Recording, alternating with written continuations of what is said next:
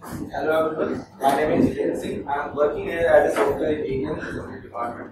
Today we will talk about performance optimization, especially application performance optimization.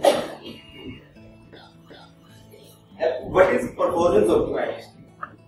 Performance optimization is all about optimizing our system resources. So why performance optimization is so important? 40% of the users leave a website that takes more than 3 seconds to load. So your customer goes probably forever. You lose revenue and customer also. Around 10 years back, still लोग unit test भी use नहीं किया करते थे.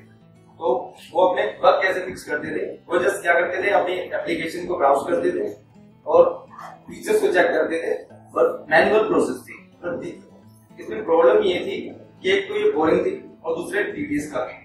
तो धीरे धीरे लोग क्या करने लगे कि लेस मैनुअल टेस्टिंग करने लगे, पर स्टिल वो अभी भी यूनिट टेस्टिंग की तरफ नहीं है. तो क्या होता था कि अनइंटेंशनली हमारी एप्लीकेशन बग के साथ प्रोडक्शन सर्वर पे डिप्लॉय हो जाती है और एंड ऑफ द डे हमारा कस्टमर ही हमारी क्वालिटी एश्योर करता है. तो धीरे धीरे क्या हुआ कि अराउंड अब लोग ऑलमोस्ट सभी लोग यूनिट टेस्टिंग यूज करने लगे. यूनिट टेस्टिंग हम इसलिए यूज नहीं करते कि ये इजी है और ये ऐसे लेस बोरिंग है. हम इसलिए करते हैं कि एक बग का इम्पैक्ट हमारे बिजनेस एप्लीकेशन पे बहुत हो सकता है. तो ये तो था यूनिट टेस्टिंग का part. But what about the performance optimization और परफॉर्मेंस टेस्टिंग?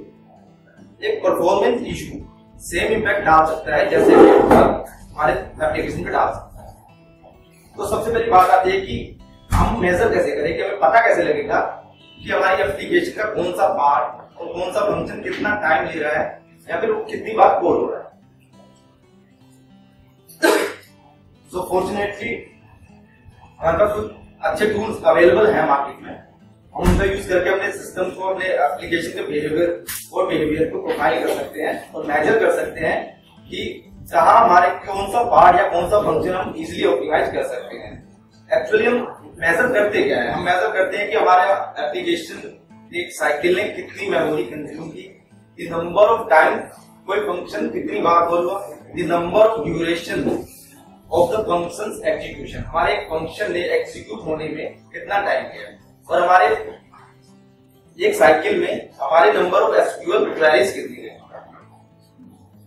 तो ये कुछ परफॉर्मेंस प्रोफाइलिंग टूल्स है. एक्सडीबग, ये कैसे करें, एक्सेल प्रो और Blackfire. Today we will talk about only Blackfire. अगर हम एग्जांपल लेते हैं एक्सडीबग का, तो एक्सडीबग भी प्रोफाइल करता था और उसके कुछ ओवरहेड्स होते थे. हमारे सिस्टम को स्लो कर देता था और इतना इनसाइट्स हमें परफॉर्मेंस बोटलनेक्स फाइंड करने में नहीं देता. So what is Blackfire? Blackfire is a web-based performance management solution. Blackfire can be used at any stage of your application's life cycle during development, test, and production. Production means हम XDebug अपने production site server पे use नहीं कर सकते हैं क्योंकि हमारी वो वेबसाइट को स्लो कर देगा. जब भी हम कोई भी रिक्वेस्ट करेंगे तो XDebug क्या करेगा, हमारी पूरी कोड बिहेवियर को प्रोफाइल करना स्टार्ट कर देगा.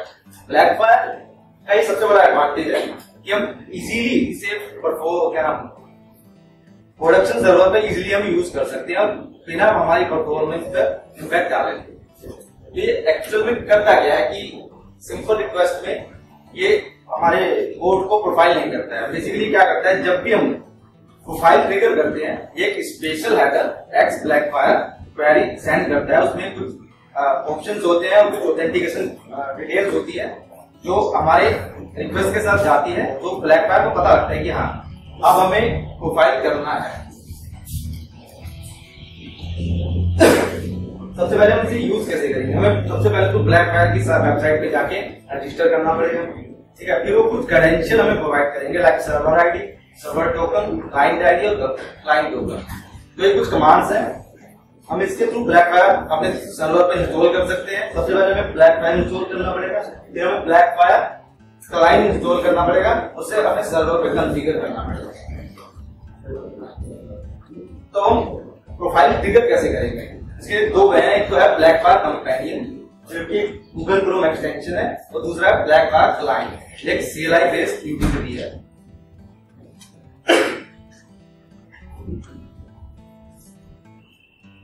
ये एग्जांपल है कि ब्लैक फायर कंपेनियन का। जैसे ही हम black fire Google Chrome extension install करेंगे तो वहां पे एक आइकन आ जाएगा ब्लैक फायर का।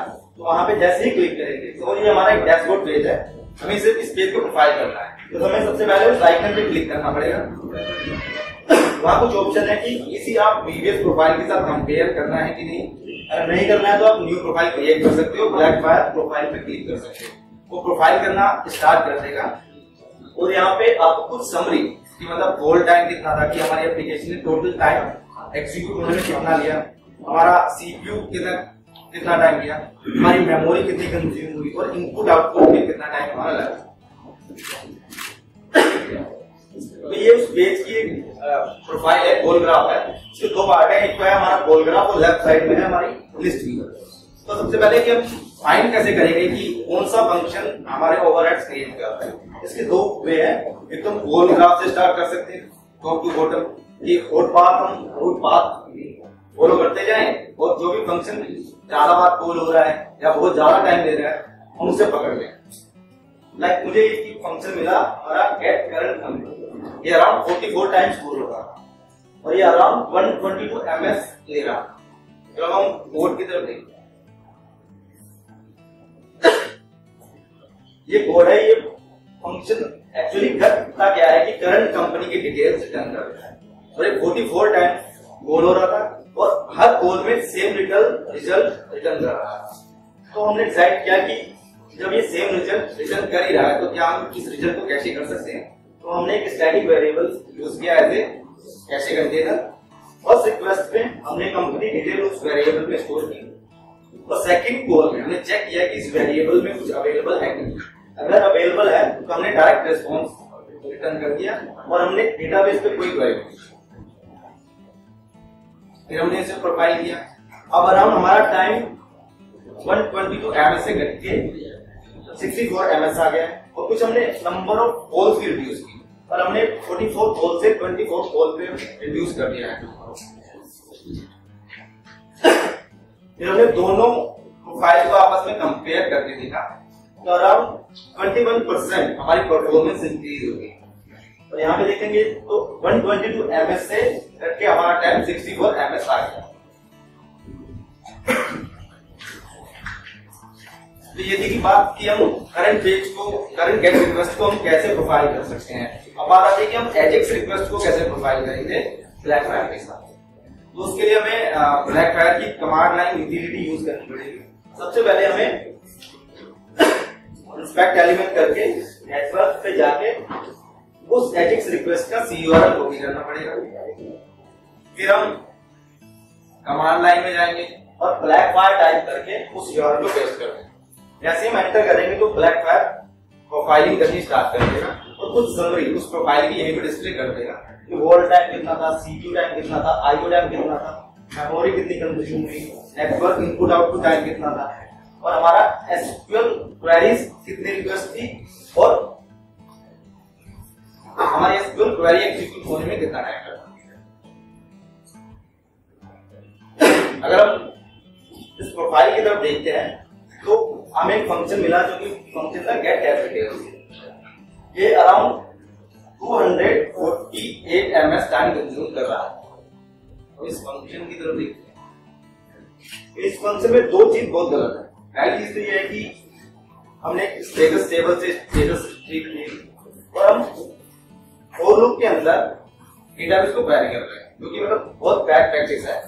और दूसरी चीज गलत कर रहे हैं कि हम एवरी आइटरेशन में रिजल्ट को काउंट करते हैं, ये भी एक बहुत बड़ी बैड प्रैक्टिस है। तो हमें इन चीजों को अवॉइड करना चाहिए।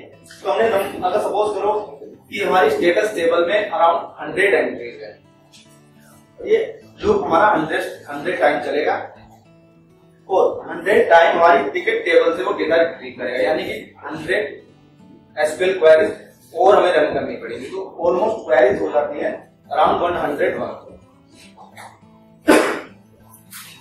तो हमने इस फंक्शन को थोड़ा ऑप्टिमाइज किया, हमने नंबर ऑफ क्वेरीज डिक्रीज की और हमने नंबर ऑफ क्वेरी डिक्रीज करके ओनली 1 कर दिया। तो अगर हमारी नंबर ऑफ क्वेरीज डिक्रीज होती है तो डेफिनेटली हमारी परफॉर्मेंस पे डेफिनेटली फर्क जरूर आएगा।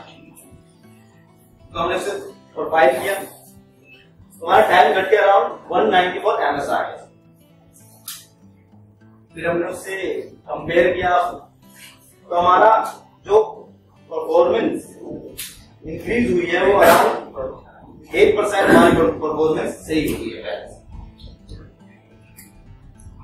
ये कुछ CLI कमांड ब्लैकबैक की कुछ अवेलेबल कमांड्स हैं, लाइक कुछ ऑप्शंस हैं। अगर हमें किसी PHP सिंपल फाइल को प्रोफाइल करना है तो इसके लिए कमांड है। पहला जो उसमें आप देखोगे कि सैंपल्स एक ऑप्शन है। ये सैंपल्स क्या करेगा कि हमारी उस script.php फाइल के 10 सैंपल्स देगा, उसमें जो एक्यूरेट रिजल्ट होगा वो हमारे ब्लैकफायर सर्वर पे रिटर्न कर देगा। अगर हम सेकंड वाले की तरफ देखें तो उसमें ऑप्शन है रेफरेंस, और उसमें हमने पास कर रखी है रेफरेंस आईडी। तो ये क्या करेगा कि ये 7 रेफरेंस आईडी को हमारी जो करंट वाली जो प्रोफाइल आईडी है उससे आपस में कंपेयर करेगा, एक नई कंपेयर प्रोफाइल जनरेट करेगा और ब्लैकफायर सर्वर पे सेंड करेगा। तीसरा है कि जैसन ऑप्शन। ये जैसन ऑप्शन क्या करता है कि जैसे ही हम ये वाली कमांड रन करेंगे तो इस साइकिल का जितना भी प्रोफाइलिंग डेटा होगा वो हमारी इसी कमांड में रिजल्ट में वो पूरा का पूरा जैसन फॉर्मेट में रिटर्न कर देगा। हम उसे यूज करके अपनी कोई टूल्स बना सकते हैं जहां पर हम डिस्प्ले करा सकते हैं अपनी पूरी प्रोफाइल डेटा। ये तो बात होगी कि पूरा कोड बिहेवियर स्टार्टिंग से लेकर लास्ट तक का हम कैसे प्रोफाइल करेंगे। सपोज हमें अपनी एप्लीकेशन का कोई सिंपल एक छोटा सा पार्ट प्रोफाइल करना है, तो उसके लिए हमें सबसे पहले PHP SDK ब्लैकबैक का है उसे इंस्टॉल करना पड़ेगा, उससे कॉन्फ़िगर करना पड़ेगा, और हमें ब्लैकबैक क्लाइंट का एक ऑब्जेक्ट बनाना पड़ेगा। तो उनका एक फंक्शन है क्रिएट प्रोब और एक है एंड प्रोब। जैसे ही क्रिएट प्रोब चलेगा वो प्रोफाइलिंग करनी स्टार्ट करेगा, इसके बीच में जो भी कोड होगा उसे इंस्ट्रूमेंट करना स्टार्ट कर देगा, उसको प्रोफाइल करना स्टार्ट कर देगा। तो जैसे ही इसे एंड प्रोब मिलेगा, जैसे ही एंड प्रोब फंक्शन कॉल होगा वो प्रोफाइल डेटा ब्लैकबैक सर्वर पे सेंड कर देगा। ये कुछ और फंक्शंस हैं कि मतलब करंट जो प्रोफाइल क्रिएट हुई है उसकी हमें UID रिटर्न कर देगा, और ये गेट प्रोफाइल उस UID की प्रोफाइल डिटेल्स गेट करके हमें दे देगा। और भी बहुत सारे फंक्शन है कि हम प्रोफाइल का नेम सेट कर सकते हैं, हम नंबर ऑफ सैंपल्स कोड के थ्रू बता सकते हैं कि हमें नंबर ऑफ सैंपल्स कितने देने हैं, और भी मतलब बहुत सारे ऑप्शन है जिसके लिए आप ब्लैकबैक का डॉक्यूमेंट चेक कर सकते हैं। Assertion. Assertion is an expression that must return a Boolean value. True if assertion succeed, false otherwise. Assertion actually में है क्या? जस्ट एक्सप्रेशन है, जैसे कि हमारी नॉर्मल PHP या किसी भी लैंग्वेज की एक्सप्रेशन होती है, like A equal to B। अगर वो A इक्वल टू B होता है तो ट्रू रिटर्न करेगी, अगर नहीं होता है तो फॉल्स रिटर्न करेगी।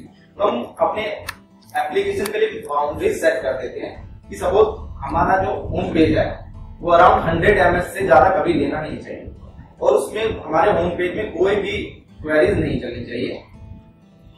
तो असर्शन हम लिखते कैसे हैं कि ये कलेक्शन है मैट्रिक्स का, वैल्यूज का, वेरिएबल और ऑपरेटर्स का। ये कुछ एग्जांपल है असर्शन के। ठीक है, तो ये सिंपल ये क्या है, अगर ये फंक्शन 10 बार से ज्यादा कॉल होता है तो ये असर्शन फेल हो जाएगा। अगर ये फंक्शन 30 MS से ज्यादा टाइम लेता है तब ये फेल हो जाएगा।